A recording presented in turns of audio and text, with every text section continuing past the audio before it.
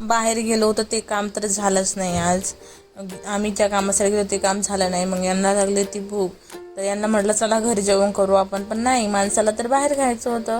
मग इथे बाहेर एक होतं फ्रँचायसी उघडलेली, तिथे गेलो आणि इडली सांबार घेतली. बघितलं तर काय 10 रुपयाला एक इडली. घरी तर केल्यावर किती पण इडल्या होतं आणि पोटभर खातं माणूस.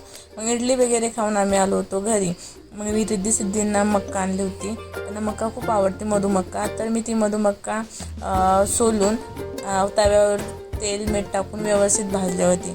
आणि याच्यानंतर त्यांना ना खूप पोटभर खाल्ले त्यांनी. मग एवढा कंटाळा येत होता ना, अंगावर येऊन सांडत होत्या माझ्या काही. मला इथे राग आला होता आणि माझ्या ताटात आणून टाकत होत्या. पोट भरलं की रिद्धी सिद्धींचं असंच होतं, व्यवस्थित खातच नाही. आणि इकडे चालू होतं माझं खाणं. मग सगळं काम आटपल्यावरच मी खाते, तेव्हाच मला व्यवस्थित जेवण जातं. त्याच्यामध्ये पण रिद्धी सिद्धी व्यवस्थित खाऊन देत नाही, नुसतं धिंगाणा चालू असतं त्यांचं दोघांचं. आता बघा बळजबरी मला खाऊ घालत होती आणि माझ्या तोंडात चमचा ठेवून दिला.